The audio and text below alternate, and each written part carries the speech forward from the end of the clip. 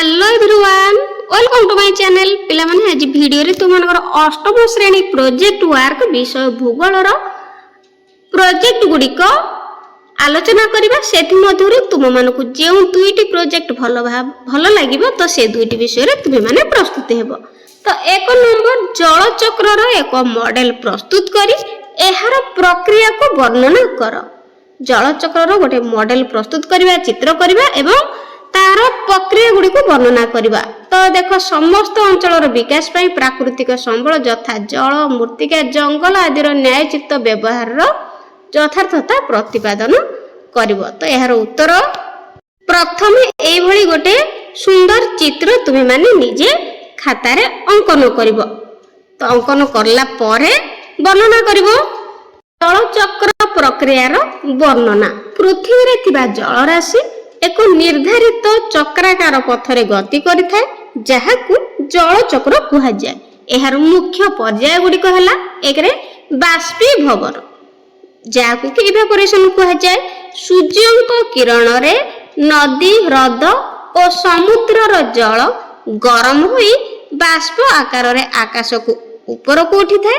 उद्भिद मानक मध्यरु उच्छेदन प्रक्रिया द्वारा मध्य जल बाष्प होई वायुमंडल को जाय।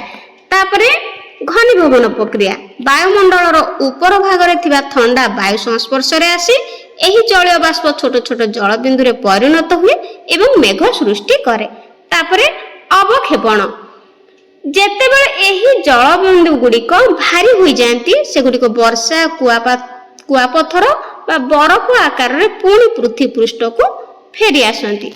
तापरे संग्रह वर्षा जल पुणी नदी नाल दे समुद्र रे मिसे एवं किछि जल भूतल जल भाव रे संरक्षित हुए। 2 नंबर तुम अंचल रे देखा जाउथिबा पशु और पक्षींकर नाम लेख। तुमको भलो लागुथिबा 5टी पशु और पक्षींकर नाम को सारणी रे लेख।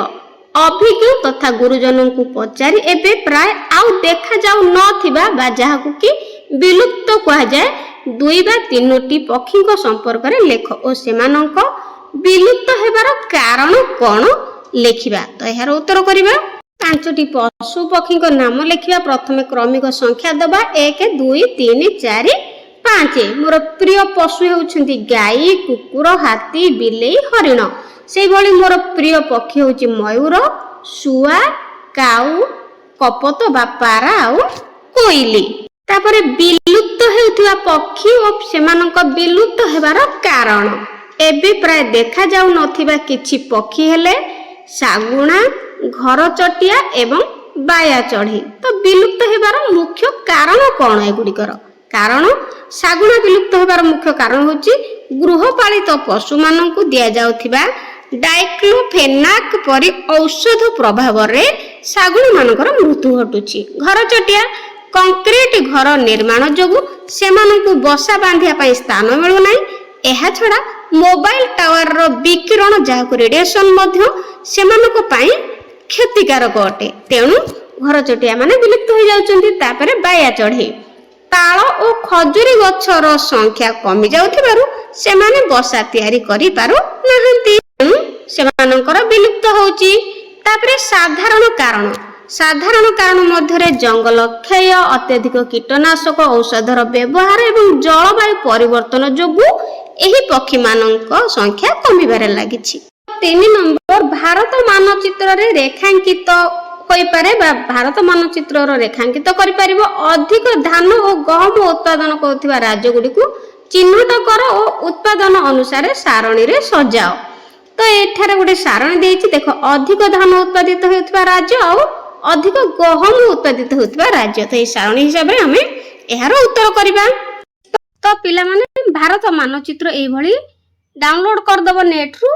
तापरे अधिक धान उत्पादन हेउथिबा राज्य गुडी को चिन्हट करिबा। अधिक धान होउथिबा उत्पादन होउथिबा राज्य गुडी को उत्तर प्रदेश पंजाब तापरे ओडिशा एठी तळे अछि ता सहित आंध्र प्रदेश मध्य एई भली एगुडी को सब चिन्हट करिवो। तापरे अधिक गहम उत्पादन हेउथिबा राज्य गुडी को। तो पिला माने अधिक गहम उत्पादन हेउथिबा राज्य गुडी को प्रथमे उत्तर प्रदेश तापरे पंजाब तो ऊपर पंजाब तापरे हरियाणा आउ राजस्थान।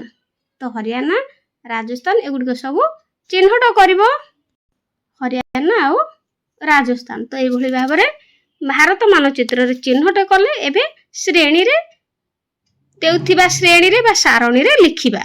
अधिक धान उत्पादित हेउथिबा राज्य एक रे पश्चिम बंग होची सर्वाधिक धान उत्पादनकारी, तापर दुई रे उत्तर प्रदेश, पंजाब, ओडिशा एभली सब धान उत्पादन अधिक राज्य, तापर आंध्र प्रदेश, तापर गहम उत्पादित हेउथिबा राज्य उत्तर प्रदेश जहाँकि सर्वाधिक गहम उत्पादनकारी, तापर मध्य प्रदेश, पंजाब, हरियाणा और राजस्थान। तो ताहार एहार किछि कारण लिखिया काहे कि एठारे बेसी उत्पादित धान और गहम हुए। तो प्रथमे धान जानिबा। धान चाष पई अधिक उत्ताप एवं प्रचुर वृष्टिपात 100 सेमु अधिक आवश्यक। पश्चिमबंग और ओडिशा परि उपकूलवर्ती राज्य गुड़िक एथिपाई उपयुक्त। तापर गहम एक रबी फसल, एथिपाई शीतल जलवायु और अल्प वृष्टिपात जेमति 50 रु 75 सेंटीमीटर दरकार। तो पंजाब और हरियाणा रे जलसेचन साहाय्य रे एहार बहुल चाष करा जाय। 4 नंबर पूर्वे कृषि कार्य होथिबा जंत्रपाति और वर्तमान कृषि कार्य करा जाउथिबा जंत्रपाति संपर्क रे तुम अंचलर चाषी और अभिज्ञ लोक को पचारि लेख। पूर्वर जंत्रपाति और वर्तमान जंत्रपाति रो व्यवहार रो सुविधा और असुविधा सारणी रे स्थानित कर। तो एहार उत्तर करिबा। तो कृषि कार्य रे व्यवहृत पुराना और वर्तमान जंत्रपाति। पूर्व जंत्रपाति रो नाम जेमति कि काठ, लंगल और बलद। तो वर्तमान जंत्रपाति रो नाम होची ट्रैक्टर। एहार सुविधा कौन जानिबा। तो एहा सस्ता एवं साधारण चाषी को पाई उपलब्ध, परिवेश प्रदूषण हुए नाही। सुविधा गुडी को लिखिबा। तापर असुविधा कौन। तो असुविधा हेउची चाष करिबा पाई अधिक समय और कठिन परिश्रम लागे, बलद मानक जतन नेबा को पड़े। जा गुडी सब असुविधा अटे। ता सहित आ गोटे असुविधा लिखि परिबो चाष करिया पाई एहा बहुत महंगा एवं तेल डीजेल खर्च हुए। एहा द्वारा वायु और शब्द प्रदूषण होई थाए। एगुडी सब असुविधा अटे। 5 नंबर तुम अंचलर मूर्तिका संपर्क रे किछि चाषी अभिज्ञ लोकଙ୍କ ठारू बुझी सेथिरे केउ प्रकार फसल भलो हुए तार कारण दर्शाओ। उक्त फसलर चित्र संग्रह करी श्रेणी रे प्रदर्शन कर। तो मूर्तिकार प्रकार भल हेउथिबा फसल एहार उत्तर करिबा।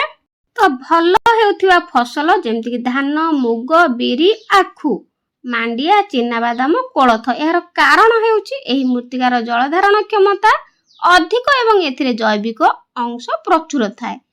तापर एही मूर्तिका अल्प बालिया और हालुका होइथिबारु एठारे कम जल आवश्यक करूथिबा फसल भल हुए। एभली भाबरे सारणी करिके लेखिबो।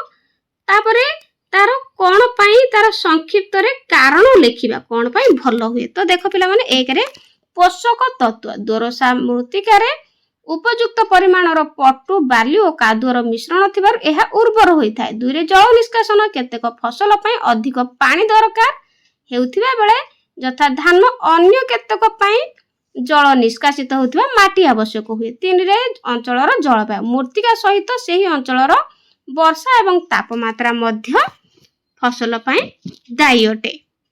तो ता सहित एठी पिला माने किछि चित्र मध्य फसलर तुमे माने कलेक्शन करिकि लगेई पारिबो। तो